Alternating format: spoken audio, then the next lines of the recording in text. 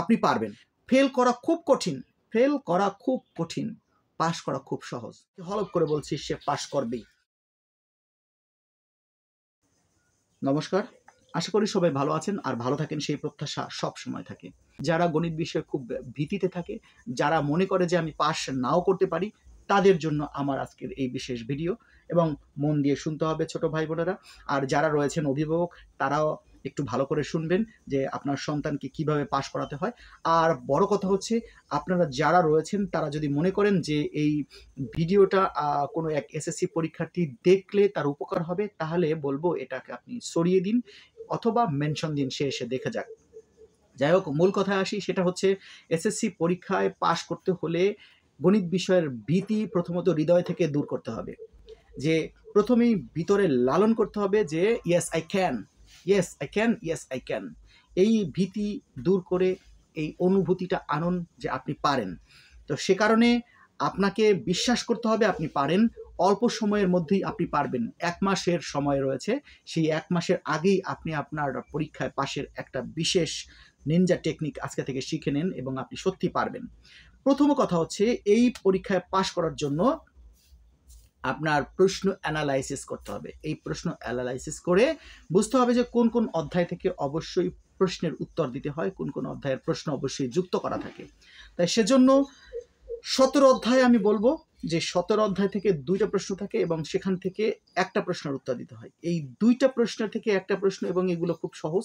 যারা এগুলো করে তারা অবশ্যই ভালো করে জানে যে এখান থেকে একটা প্রশ্নের উত্তর দিতে হয় এবং সেটা খুব সহজ প্রশ্ন থাকে।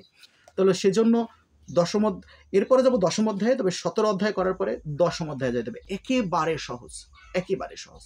আমি পরে বলছি আরো একটু বিস্তারিত, আপাতত বলছি কোন কোন অধ্যায় করতে হবে। এরপর আসতে হবে 3য় অধ্যায়ে।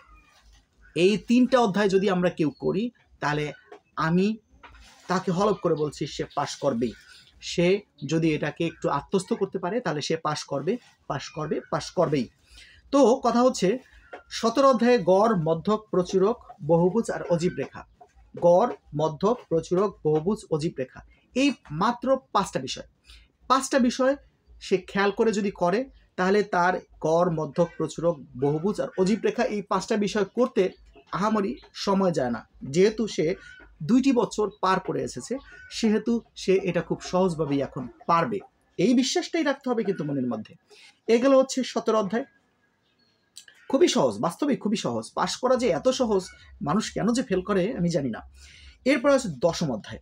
এই 10ম অধ্যায়ে যদি আমরা অঙ্কগুলোকে দেখি, অ্যানালাইজ করে দেখা যাচ্ছে যে এই 10ম অধ্যায়ের অঙ্ক খুবই সহজ।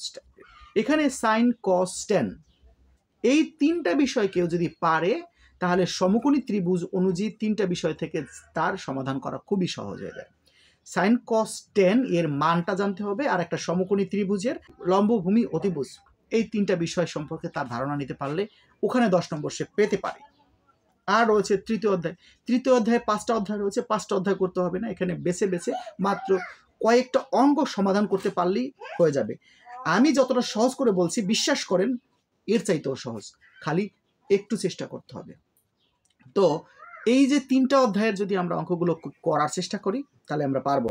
আর হ্যাঁ, আমি যেহেতু বলছি এটা পারবেন, আপনি পারবেন, কারণ আমার জানা রয়েছে যে কোনটা স্টুডেন্টরা খুব সহজে পারে, কোনটা স্টুডেন্টরা পারে না।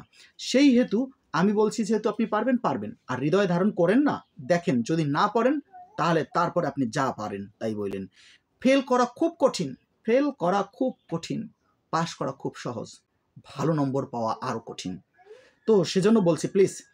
আর এই অঙ্কগুলো সম্পর্কে যদি আরও বেশি জানতে হয়, অবশ্যই আপনি আমার যে ইউটিউব চ্যানেল রয়েছে সেই ইউটিউব চ্যানেলে যাবেন। এখন প্রশ্ন হচ্ছে, ইউটিউব চ্যানেল পাবো কোথায়? আমাকে প্রয়োজনে ইনবক্স করবেন অথবা এই কমেন্টস বক্স, সেখানে যাবেন, পেয়ে যাবেন। ধন্যবাদ সবাইকে। B the king of your own kingdom.